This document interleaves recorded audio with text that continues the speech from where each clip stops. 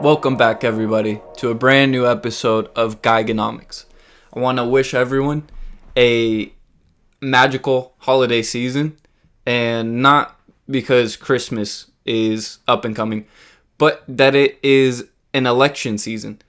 And what I mean by magical, in the sense that children write wish lists to Santa Claus, we can think of Washington, D.C. and the federal government as our North Pole here in the United States. And every time we cast a ballot and vote, this is merely no different than writing a wish to Santa. And although some of these things may come true, the point being is that voting is arbitrary. Why is it that it happens every 4 years? Wouldn't it just be if voting is morally superior, you must vote. I want you to vote. Get out there and vote. Voting is this and that, and it's great. What happens when the encouragers of voting do not get what they wish for? Do they still encourage people to vote? Because last time I checked, the vote produced an outcome that led some people regarding the people who were elected to be disregarded as this or that. And my point being that voting is just arbitrary. No one really cares about your vote.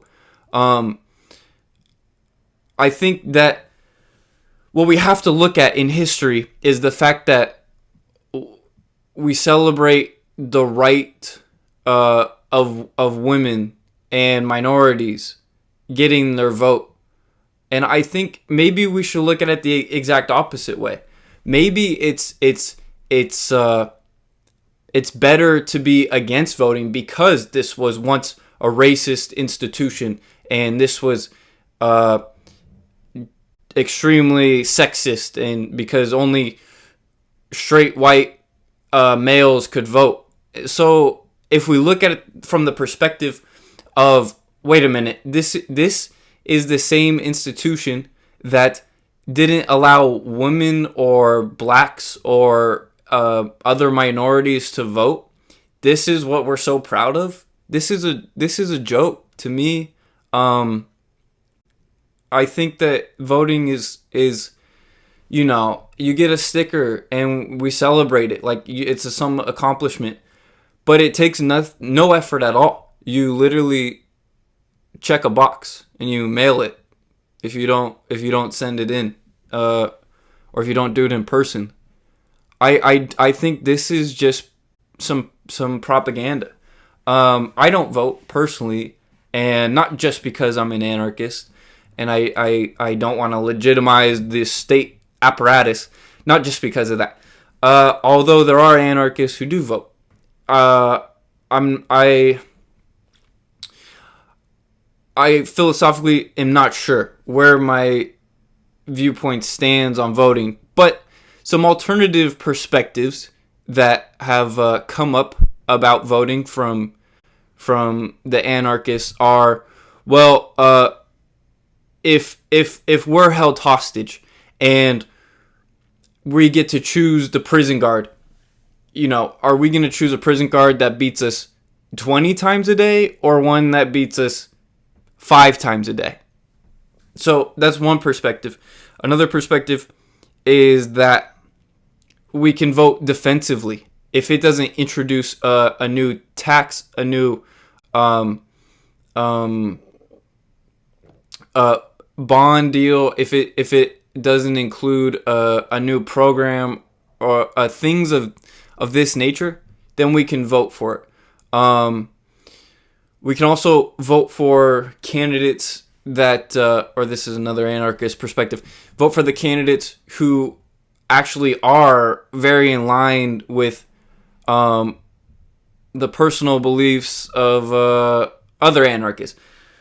my personal viewpoint at this moment in time that I got from my professor is that participating in democratic elections, especially on the mass scale of the United States, which is roughly around 330 million people, and determining what becomes binding on other people. I mean, we have to go into the philosophy of democracy in order to understand what voting means. So Rousseau, the most famous advocate for democracy, never thought that it was anything more than a moderate form of communism. He thought that it could only work within small groups of people, because within small groups of people, your incentive to loot your neighbors is curtailed. If you know who your neighbor is and who you're stealing from, then you're less likely to loot him. However, if you don't know who your neighbor is, if you just think we can get money out of nowhere, it comes from somewhere. And even if it's printed, this lowers the value of the dollar bill. So now the purchasing power, the ability for other people to save, consume, invest, and spend, it gets distorted. And this is why this modern monetary theory is one of the most radical ideas to be implemented. This whole notion of printing money. So you're going back to democracy. When you have this Jeff Dice in his most recent talk discussed that once you adopt this positive rights viewpoint of the world, then anybody who doesn't, I think he said something like, grant you this viewpoint, that then you feel like you're getting robbed, that you feel like because they're saying no to healthcare, they're robbing us, because they're saying no to government public housing, they're robbing us. And I mean, this stuff can be given in anarchic order. It can be under the certain communes.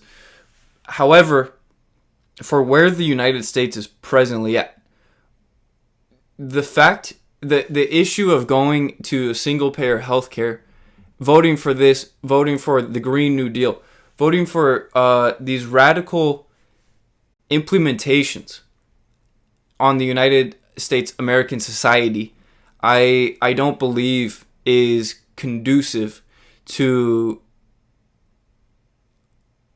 human well-being. I don't think it's conducive to a prosperous society. I think that the cost benefit of a lot of the things people vote on is not weighed properly. And again, going back to the perspective that my professor has, that I've adopted, is that when you vote, you have blood on your hands. And then you become part of this criminal apparatus. And although, it's more, you don't literally have the blood on your hands, it's indirectly who carries out the laws. It's the arms of the state. And so it becomes such a gray area of, well, not just the monarchs get to loot the people.